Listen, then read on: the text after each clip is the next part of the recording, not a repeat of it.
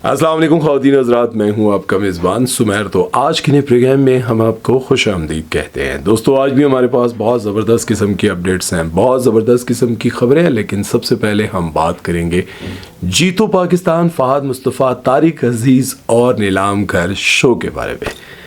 सारा एक साथ बोला ताकि आपको समझ आ जाए कि मैं किस टॉपिक पर बात करने जा रहा हूँ। सोशल मीडिया पर फ़हद मुस्तफ़ा के शो जीतो पाकिस्तान को बहुत ज़्यादा ट्रोल किया जा रहा है, बहुत ज़्यादा इसके बारे में बातें की जा रही हैं। कहा यह जाता है कि इस शो में कोई सीखने वाली बात नहीं है।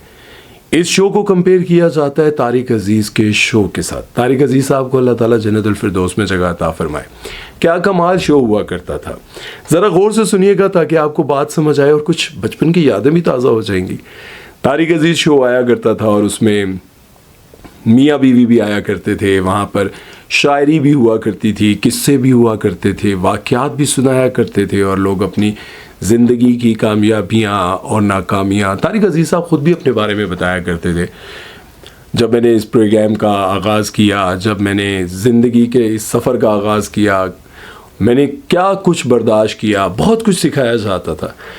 लेकिन अब दूसरी तरफ अगर कंपेयर किया जाए, जीतो पाकिस्तान के हवाले से बात की जाए, कंपेयर भी किया जाएगा और बात भी की जाएगी कि फ़हद मुस्तफ़ा के शो के बारे में कहा जाता है कि इस शो में सिवाय शोर शराबे और हल्ला गुल्ला और तमाशा, झूठ, एक दूसरे पर तनकीद और बेहयाई और ये सारी चीज़ें दिखाई जाती हैं। एक तरफ तारिक अज़ीज़ का शो था जहाँ पर मुकाबले होते थे शायरी के, काफ आखिरी हर्फ है जी, लाम मीम, वहाँ से आगे आपने शेर बोलना होता था। फिर उसके बाद बहुत सारे मुकाबले होते थे, यादगार होते थे। अगर आपको भी याद है तो कमेंट सेक्शन में लिखिएगा। लेकिन अब जो मुकाबले होते हैं उसमें कोई तालीम, तरबियत इस तरह की चीज़ नहीं होती है, बल्कि ये ज़्यादा तनकीद की जाती है कि फ़हद मुस्तफ़ा के शो में बेहयाई ज़्यादा है।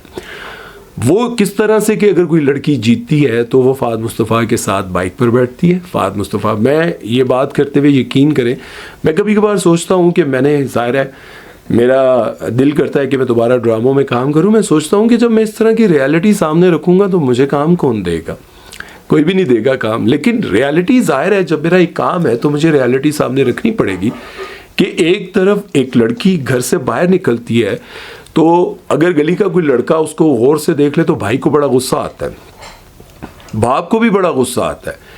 लेकिन अगर वही लड़की फ़हद मुस्तफ़ा के शो जीतो पाकिस्तान में जाती है और बाइक जीतती है तो फ़हद मुस्तफ़ा के साथ वो बड़े मज़े से बैठ भी जाती है और राउंड भी लगवाती है और बिल्कुल चिपक कर बैठे होते हैं। ये सारा कुछ हो रहा होता है। उसके बाद आज से एक हफ़्ता पहले मैंने एक प्रोग्राम में देखा, एक लड़की बाइक जीतती है और वो डांस कर रही होती है प्रॉपर। मैं हैरान था, मैंने कहा यार बाइक जीतना और इस तरह की एंट्री मारने का मतलब क्या था कि वो घर से सोच कर आई थी कि मैंने वायरल होना है, मुझे मौका मिला है तो मैंने वायरल होना है। और आपको पता है कि मैं बहुत सारी एक्ट्रेसेस के बारे में बता चुका हूँ। कोई आमिर लियाकत हुसैन के उनके शो में आई थी, जैसे मेरा ख्याल है वो एक टिकटॉकर है मशहूर, वो आई थी। उसके बाद लाइबा खान भी अपनी वालदा के साथ जीतो पाकिस्तान में काफ़ी अर्सा पहले आ चुकी हैं। उस वक्त ये भी कोशिश में ही थी कि मैं भी किसी तरह से वायरल हो जाऊं। तो अब ये जो लड़की ने काम किया है कि वो शो में जब वो जीतती है तो वो पूरी तरह से डांस कर रही होती है। तो आज से कुछ अर्सा बाद हम भी शायद यही कहेंगे कि ये जो लड़की है, आपको याद है कि मैंने काफ़ी साल पहले बताया था कि ये लड़की इस तरह से एंट्री मारती है और डांस करती है आकर बाइक जीतने पर। तो ये सारी चीज़ें जो लोग हैं ना वो सोशल मीडिया पर तनकीद करते हैं और फिर कहते हैं कि फ़हद भाई तो कहते हैं कि भाई यूट्यूबर्स जो हैं वो अपनी माँ बहनें दिखा कर पैसा कमाते हैं, तो आप क्या कर रहे हैं? ये जो सब कुछ आप कर रहे हैं ये क्या है? अच्छा, इसके साथ साथ एक और बात ये है कि फ़हद मुस्तफ़ा के हवाले से आपने देखा है कि उन्होंने कई बार कहा हो कि सोशल मीडिया मुझे अखबार का रंगीन पेज की तरह लगता है। मतलब जो अखबार का एक रंगीन पेज आता था ना जिसमें तस्वीरें और ये सब कुछ होता था, तो मुझे लगता है कि सोशल मीडिया ऐसा है। लेकिन अब जब उनको लगा है कि सोशल मीडिया की जो सारी दौड़ है वो इंस्टाग्राम और टिकटॉक और इस तरह जितने आपके फॉलोअर्स ज़्यादा होंगे तभी आप बड़े स्टार होंगे, तो अब उन्होंने डेली कंटेंट लगाना शुरू कर दिया। कंटेंट वो अपनी तरफ से बड़ा अच्छा ज़ाहिर बनाते हैं, तैयारी का, अपने आप को तैयार हो रहे हैं जी, बनियान में बैठे हुए हैं, बाइसेप दिखा रहे हैं। उसके बाद यार हैं तो दिखा रहे हैं, अच्छी बात है, बहुत उन्होंने अपने ऊपर मेहनत की है। लेकिन वो सारा कुछ दिखाते हुए अपना मेकअप, अपनी दोस्तों से बातें, वो तकरीबन 30 सेकंड 40 सेकंड या 1 मिनट के आसपास का वो रील होती है, तो वो पूरी मेहनत करते हैं। अब वो सोशल मीडिया पर आ गए हैं। अच्छा खैर, मैं बात ये कर रहा था कि अब उनको पता चला है कि सोशल मीडिया के बगैर मेरा भी गुजारा नहीं है, मुझे भी आगे आना है, मेरे भी फॉलोअर्स ज़्यादा होने चाहिए, क्योंकि उनको पता चल गया है कि जो सोशल मीडिया पर हिट है असल में वही हिट है। उससे पहले तो फहाद मुस्तफ़ा की कहीं महीनों कोई पोस्ट ही नहीं आया करती थी।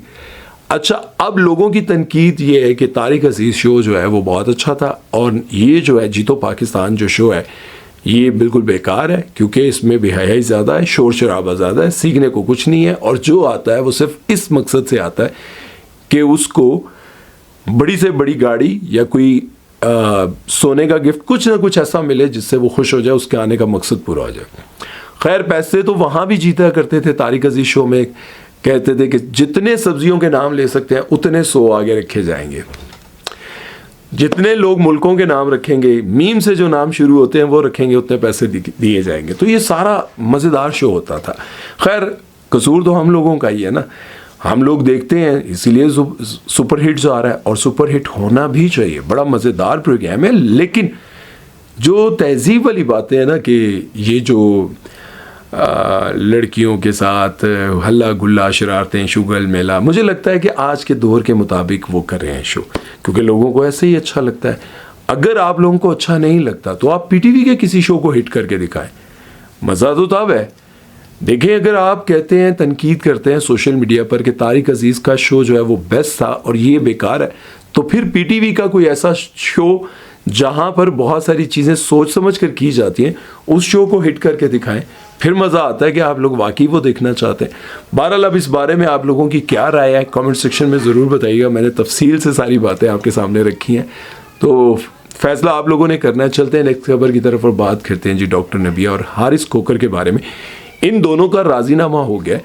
अब राजीनामा होने के बाद जो है वो सारी चीज़ें जो सामने आ रही हैं, उनको देखकर मुझे यूँ लगता है कि खुदा न खासा ज़्यादा देर नहीं चल पाएगा, और ये मेरी बात उन दोनों के कानों तक पहुँचे ताकि उन दोनों को अपनी मिस्टेक समझ आ जाए, क्योंकि देखने वाले बहुत सारे लोग इन चीज़ों को नोट करते हैं। देखें, जब किसी भी मियाँ बीवी या किसी कपल की लड़ाई होती है और लड़ाई के बाद राजीनामा होता है, तो सबसे अहम चीज़ क्या होती है? पुरानी बातों को डिस्कस नहीं करना। और जो पुरानी बातों को डिस्कस करता है, चाहे मेरे समेत है, वो दिली तौर पर खुश नहीं होता, ना ही खुश रह सकता है। अगर तो आपको चोट ऐसी लगी है कि आप वक्ती इसके कहने पे, उसके कहने पे, दोस्त के कहने पे, भाई के कहने पे, रिश्तेदार के कहने पे या किसी ग्रुप के कहने पर राज़ी हो जाते हैं और दिल से उस चोट को ना तो एक्सेप्ट कर पाए, ना बर्दाश्त कर पाए, और आपने सोचा कि ये तो बहुत गलत हुआ, बहुत गलत हुआ, बहुत गलत हुआ, आपने उसे भुलाया नहीं, तो आप दिल से उसे कभी माफ़ नहीं कर पाएंगे। इसी तरह मैंने देखा कि जब ये दोनों राज़ी होकर आमने सामने बैठे, तो हारिस कोकर ने कहा कि भाई, जो भी हमारे घर के मामलात हैं, अगर इसको दोबारा सोशल मीडिया पर डिस्कस किया गया या फिर किसी टीवी चैनल पर डिस्कस किया गया, तो मैं किसी की नहीं सुनूंगा। दूसरी तरफ डॉक्टर ने भी कहा, मैंने बहुत बर्दाश्त किया, मैं इनके कहने पर राज़ी हो रही हूँ, आप मेरे बड़े भाई हैं, जो भी साहब बैठे हुए थे, आप मेरे बड़े भाई हैं, मैं आपकी मान रही हूँ, मैं आपकी इज़्ज़त करती हूँ, आपकी कोई बात टाल नहीं सकती, लेकिन आइंदा अगर मुझे बर्दाश्त करना पड़ा, या मतलब उनका भी जो बात करने का अंदाज़ था वो ये था कि मेरे साथ आइंदा ऐसा ना हो। अब एक तरफ हारिस कोकर कह रहे हैं कि भाई, जो टीवी पर या किसी भी जगह पर मेरी पर्सनल लाइफ, मेरे माँ बाप या किसी को भी डिस्कस किया गया जाकर, मतलब डॉक्टर नबिया की तरफ से, तो फिर ये बात आगे नहीं चलेगी। दूसरी तरफ डॉक्टर नबिया भी अपनी बातें कह रही थी कि मैंने बहुत बर्दाश्त किया, मैंने बहुत बर्दाश्त किया। अभी तो खैर टाइम ही बहुत कम हुआ था शादी को, तो बर्दाश्त मुझे ये तो समझ नहीं आती बात कि आप तो टीवी पर बैठकर कहते हैं कि घर बसाने के लिए बड़ा कुछ बर्दाश्त करना पड़ता है। मर्द अगर औरत को गाली दे तो समझ लो वो मोहब्बत करता है, वो आपको टूट कर चाहता है। और मर्द अगर आपको मार भी दे, थप्पड़ भी लगा दे, तो बहुत सारी बातें हैं जो अब आपकी वो साबित हो रही हैं कि आप बस सिर्फ डायलॉग्स बोलती नहीं। तो मुझे माज़रत के साथ ये बात कहनी पड़ी है, क्योंकि बहुत सारी बातें इनकी अच्छी लगती थी कि जब आप समझाती थी कि देखें, मर्द का गुस्सा जो है वो ना हो तो मर्द नहीं नज़र आता। मर्द अगर अपनी बीवी पर गुस्सा ना करे, उसे डांटे ना, इस तरह की चीज़ें ना करे, तो वो नज़र कैसे आएगा कि वो मर्द है? ठीक है, कैसे पता चलेगा कि वो आपका शौहर है? लेकिन शादी के बाद अगर वो सारी चीज़ें आपका नुक्ता नज़र ही चेंज हो गया, आपका वो क्या कहते हैं उसका, आपकी सोच ही बदल गई है, तो फिर समझ लें कि लोग आपसे मुतनफ़िर होंगे, लोग आपका मजाक उड़ाएंगे, मीम्स बनेंगी, चीज़ें होंगी। जिस तरह लास्ट टाइम आपने कहा कि मैंने अपने चेहरे पर आज तक कुछ नहीं कराया, कभी किसी को हाथ नहीं लगाने दिया, ये जो भी खूबसूरती है नेचुरल है। फिर लोगों ने वो वीडियोस निकाल के दिखाई जिसमें आप वो करवा रही हैं, अपना ट्रीटमेंट करवा रही हैं, तो वो देखकर भी लोगों ने कहा अच्छा असल खूबसूरती है। तो ये चीज़ डॉक्टर नबिया लोग ज़ाहिर है देखते हैं, हारिस साहब भी देखते हैं, तो ये दोनों हमारे हारिस भाइयों जैसे हैं, तो हम तो इनको यही कहेंगे कि आपका घर बसता रहे, क्योंकि घर वसदे ही चंगे लगते हैं, टुटे उजड़े घर चंगे नहीं लगते, तो उससे बंदा घर तोड़ ते देंदा है, लेकिन सारी जिंदगी दी गल्लां बर्दाश्त करनियां पैंदियां। तो एक बात समझ लें दोनों कि हारिस की जो बातें आपको बुरी लगती हैं वो हारिस को आराम से बैठ के बताएं। हारिस अपनी जो लाइफस्टाइल है, जो बातें हैं जो पहले नहीं बता सके, वो अब बैठकर बता दें कि मुझे ये चीज़ें अच्छी नहीं लगती। और अगर दोनों एक दूसरे के साथ इन बातों के साथ कंप्रोमाइज़ करते हैं तो फिर ज़िंदगी अच्छी है, वरना फिर थोड़े वही तमाशे ही हैं दुनिया के सामने। अच्छी खासी इज्जत बनी है तो तमाशा बन जाएगी ज़िंदगी। तो जदों जिंदगियां तमाशा बन जान ना, तो वो शोहरत नहीं होंदी, वो जलालत होंदी है। तो जलालत सोचा जाए ना तो इज्जत नहीं होंदी। मेरी बात ज़रा गौर कीजिएगा कि कुछ लोग इसको भी शोहरत समझते हैं, बड़ा वायरल होया मेरा, या जलालत इज्जत नहीं होंदी, जलालत ही होंदी है। तो मेरी दुआ है कि अल्लाह ताला तुहानू दोनों नू खुश रखे। जिस तरह से आपने निकाह पर मेहंदी और ये सारा हल्ला गुल्ला किया, आपकी ज़िंदगी में ऐसी हल्ला गुल्ला रहे, दोनों खुश रहे। और इसी तरह बाकी जो लोग सुन रहे हैं मेरी बात, उनको भी मैं यही कहना चाहूँगा कि देखें, मियाँ बीवी को ये बात समझनी चाहिए कि मेरे शौहर को ये बात बुरी लगती है, मैंने नहीं करना, मैं कट जाऊँगी, मैं नहीं करूँगी। भाई क्या है दुनिया में, कौन सा ऐसा रिश्ता सिर्फ कबूल है करने के बाद ऐसा मजबूत होता है कि माँ भी छोड़ दी, बाप भी छोड़ दिया, बहन भी छोड़ दी, दोस्त भी छोड़ दिए, रिश्तेदार भी छोड़ दी, तख्त भी छोड़ दिए, अरूज भी छोड़ दी, जवाल भी इग्नोर कर दिया, सब कुछ आसमां से मिट्टी में आए, मिट्टी में मिल गए, यारों के साथ यार हो गए हैं। वो क्या है, वो सिर्फ कबूल कबूल कबूल है। और यही 3 बोल बोलने के बाद ये रिश्ते टूट जाते हैं। दुनिया का सबसे मजबूत तरीन रिश्ता, सबसे कमज़ोर और नाजुक रिश्ता भी यही। तो बेहतर है कि इस रिश्ते को ऐसा लेकर चलें कि दुनिया मिसालें दे के डॉक्टर नबी और हारिस ऐसे कपल हैं, शुरू में एक बार लड़ाई हुई थी, फिर उसके बाद दुनिया के लिए मिसाल बन गए। खैर चलते हैं नेक्स्ट खबर की तरफ। वो बात करते हैं एक्टर डायरेक्टर सैफी हसन और आतिफ असलम की कंट्रोवर्सी के बारे में। कंट्रोवर्सी तो नहीं, लेकिन उन्होंने इंकशाफ किया कि हमने ड्रामा सीरियल संगे माँ की शूटिंग के लिए आतिफ असलम ने आना था हमारे पास, और वो बहुत दूर इलाका था, और आतिफ असलम राज़ी हो गए हमारे साथ काम करने के लिए। आतिफ असलम आने से पहले जो है वो हमें एक दिन पहले फ़ोन करते हैं और कहते हैं कि जी वैनिटी वैन का इंतज़ाम हो चुका है। वैनिटी वैन क्या होती है? आजकल वैनिटी वैन ऐसी होती है जी कि भाई एक पूरा केबिन बना होता है, उसके अंदर पूरा एक कमरा बना होता है जिसमें वॉशरूम, कपड़े शपड़े चेंज करने के लिए, मेकअप, ये वो, एसी शेसी सब कुछ होता है। तो आतिफ असलम सैफी हसन को फ़ोन करते हैं कि भाई कमरे वैनिटी वैन का हो गया। उन्होंने क्या किया जी कि आतिफ असलम को अगले दिन ये जो मुर्गियों का और गायों का ये दड़बा सा होता है, एक कमरा होता है, ये आप लोगों को गांव में रहने वाले लोग कमेंट सेक्शन में लिख सकते हैं कि वो क्या कहते हैं। उस कमरे में आतिफ असलम को जी इन्होंने शूटिंग से पहले कहा कि वैनिटी वैन का इंतज़ाम हो गया, और डायरेक्ट फिर जब वो आए तो उस कमरे में इनको ले गए और वहाँ बंद कर दिया। सोचिए, संगे माँ आपने देखा भाई वो जो गाय भैंसों का वो जो डरबा सा था, वो उन्होंने क्या किया जी कि आतिफ असलम की रात को कॉल आती है। इन्होंने क्या किया कि उस कमरे को, क्योंकि गांव में शूटिंग थी बहुत दूर, वहाँ पे वैनिटी वैन अवेलेबल हो ही नहीं सकती थी, तो इन्होंने क्या किया, उस कमरे को खाली करवाया। उस कमरे को खाली करवा के 24 घंटे के अंदर अंदर उसको पूरा आतिफ असलम के लिए एक ड्रेसिंग रूम बनाया। और आतिफ असलम आए और उन्होंने उनको कहा कि देखें वैनिटी वैन का इंतज़ाम तो नहीं हुआ, लेकिन हमने आपके लिए ये इंतज़ाम किया है। आतिफ असलम ने उसको देखा, उन्होंने कहा बड़ी ज़बरदस्त। उन्होंने कहा कि आतिफ वैसे तो डाउन टू अर्थ हैं, बहुत अच्छे इंसान है, लेकिन ज़ाहिर है हर एक स्टार की जो है ना अपनी वो चीज़ें होती हैं कि वो उनसे कॉम्प्रोमाइज़ नहीं कर सकता। वो अपने कैलिबर के मुताबिक हर चीज़ को चाहता है कि मैंने स्टे 5 स्टार में करना है, कहाँ रहना है, कहाँ नहीं रहना। तो आतिफ असलम ने वो देखा तो उन्होंने कहा हाँ अच्छा है, गुड है, ज़बरदस्त है। शूटिंग चलती रही, सारा कुछ हो गया। जब शूटिंग ख़त्म हुई तो आतिफ असलम को बताया कि ये बिफोर एंड आफ्टर, बई पहले ए मज़ा दा कमरा सी जिथे असी तुहानू फिर इंज बना के दिता है तो तुसी शिफ्ट होए हो। आतिफ असलम बड़े हैरान हुए, अच्छा ये था। वो यकीन नहीं कर पा रहे थे। फिर उस बंदे को मैं यकीनन मिलवाया होगा, बताया होगा कि भाई दसो यार। फिर उसने बताया होगा थे मैं मजा बंदा सा जी। तो इन्होंने दसिया कि आतिफ असलम आ रहा है।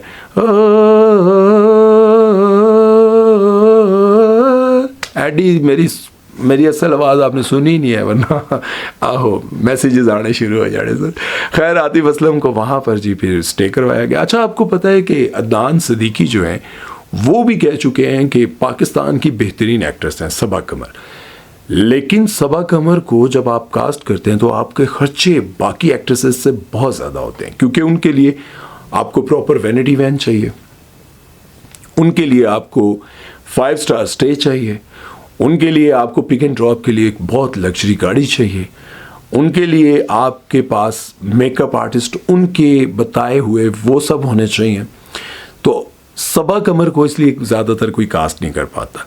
लेकिन आजकल तो सबा कमर दड़ा दड़ा आ रही हैं और कामयाब है, ज़बरदस्त। अच्छा जो इंडिया काम करके आया है ना, उसके बाद वो जो पाकिस्तान में आते हैं ना तो वैनिटी वैन वो मांगते हैं।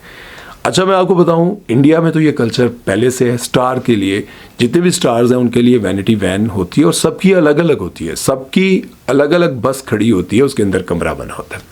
सीधी सीधी गल। अब जब ये वहाँ से काम करके आए तो उन्होंने कहा कि हमें भी वैनिटी वैन चाहिए। लेकिन उससे पहले आप यकीन करें, ड्रामा सीरियल माह तमाम जो मैं अक्सर बताता हूँ, मेरे बेटे ने किया और मेरे अच्छे दोस्त हैं, उसमें रमशा थी, वहाज था, बड़ा ड्रामा था आम टीवी का, कोई वैनिटी वैन नहीं। मरी में हम शूट कर रहे थे, सारे एक ही जगह नीचे आग के पास बैठे हुए हैं, गपशप हो रही है, चाय इकट्ठे पी रहे हैं, सब कुछ। अच्छा उसके बाद पता नहीं ऐसा क्या होता है कि फ़ौरन ही ना, मैं ये 2017 और 18 के दरमियान की बात है, उसके बाद मैं जब भी रिकॉर्डिंग या किसी सेट पे जाता हूँ तो सारे जितने बड़े एक्टर्स हैं सबके अलग अलग कमरे हैं। भाई जो आ रहा है जिसका कमरा अलग नहीं है वो किसी के साथ बैठा है तो वो किसी के साथ फालतू बात नहीं कर रहा। इतना डर एक दूसरे का पड़ गया, पता नहीं हरेसमेंट का इल्ज़ाम या फिर वो डिस्टर्बेंस या फिर लड़ाई, क्या वजह है। ये इंडिया से जितने भी एक्टर्स वापस आए हैं उसके बाद माहौल बिल्कुल चेंज हो गया है, मुझे लगता है। उससे पहले नहीं था, क्योंकि मैंने काफ़ी सारे ड्रामों में काम किया। मैंने नूरपुर की रानी में काम किया, उसमें देखें नुमान एजाज और सारे बड़े एक्टर्स थे। आप देखें ना नूरपुर की रानी हम टीवी का, उसमें सारे बड़े एक्टर्स थे। फिर उसके बाद ये राह मुश्किल नहीं पीटीवी का, उसमें सलीम शेख के साथ साथ और बड़े सारे स्टार्स थे। लेकिन कोई वैनिटी वैन का रिवाज नहीं था। उसके बाद बेशुमार ऐसे ड्रामों में मैंने काम किया, लेकिन मैंने कभी नहीं देखा था। लेकिन अब ये रिवाज इतना बढ़ गया है कि भाई मैनू लादा कमरा चाहिए। जिस तरह बंदा शादी तो बाद नहीं कहना मेरा चूल्हा लादा होवे, मेरा सारा कुछ लादा होवे, इसी तरह जो है ना इसमें भी ये कहते हैं कि भाई मेरा अलग हो। अच्छा खैर, ये सारी एक किस्सा था मैंने जो सुनाया आपको सैफी हसन के हवाले से, कि उन्होंने इस तरह से आतिफ असलम को क्या कहते हैं की कहेंगे यार, चलो जो भी कहेंगे, आतिफ असलम के लिए इस तरह से इंतज़ाम किया। बहरहाल अब ये मैं कहना चाहता हूँ, ज़िंदगी में आप याद रखें अप्स एंड डाउन ज़िंदगी का हिस्सा है। शादीशुदा लड़कियों के लिए स्पेशली ये बात कहना चाहूँगा, एक तो शादी के बाद अपने गुरूर को थोड़ा सा नीचे लाना है। मर्द को शादी के बाद अपने दोस्तों का साथ, अपने देखें माँ बाप का ख्याल रखना है, लेकिन मर्द का एक काम है शादी के बाद बीवी को भी एक मकाम देना है, बीवी की भी इज्जत करनी है, उसके बारे में किसी को बात नहीं करने देनी। वो अपने कमरे में बादशाह है, वो कहे मैं अपने कमरे में ये करना चाहती हूँ, ये लगाना चाहती हूँ, वो लगाना चाहती हूँ, अगर अफोर्ड करते हो तो लगा दो, ठीक है। और उसके बाद अगर आप ये समझते हैं कि शादी के बाद मेरे माँ बाप कहें कि इसको बाहर नहीं जाने देना, इसको ये नहीं करना, इसको वो नहीं करना, तो शादी से पहले जो वादे किए हैं उसको पूरा करो। ये मर्दानगी है, मतलब आपने जो वादे कर दिए हैं ना वो आपको पूरे करने चाहिए। और औरत को ये बात सोचनी चाहिए कि अपनी छोटी छोटी बातें अपनी माँ बहनों को नहीं बतानी चाहिए। जब आप घर की बातें माँ को बताएंगी, बहनों को बताएंगी, वो कभी भी नहीं आपको कहेंगे कि कोई बात नहीं बेटा, ये छोटी मोटी बातें बर्दाश्त करो, क्या हुआ है, एक दिन आना है कि तुम इस घर की मालकिन बनोगी, तुम बादशाह हो। देखो जो सास है आपके घर में वो भी कभी बहू थी, वो जब आई थी वो भी बहू थी, फिर उसका एक मकाम बना, कुछ अरसे के बाद आपका भी एक मकाम बनना है। इज्जत करें, थोड़ा बर्दाश्त करें। माँ बाप की भी तो बर्दाश्त करती थी ना, भाइयों की भी बर्दाश्त करती थी, बहनों की भी बर्दाश्त करती थी। अब वक्त आ गया कि आपने थोड़ा बर्दाश्त करना है, थोड़ा बर्दाश्त करें, इज्जत करें, एहतराम करें। एक वक्त आएगा आपका एक मकाम होगा और सारे आपकी इज्जत करेंगे। उम्मीद है कि मैं बातें और मैसेज आपको पसंद आया होगा। अपना ख्याल रखिएगा, दुआ में याद रखिएगा। सुमैर चौधरी को दीजिए इजाज़त। अल्लाह हाफिज़।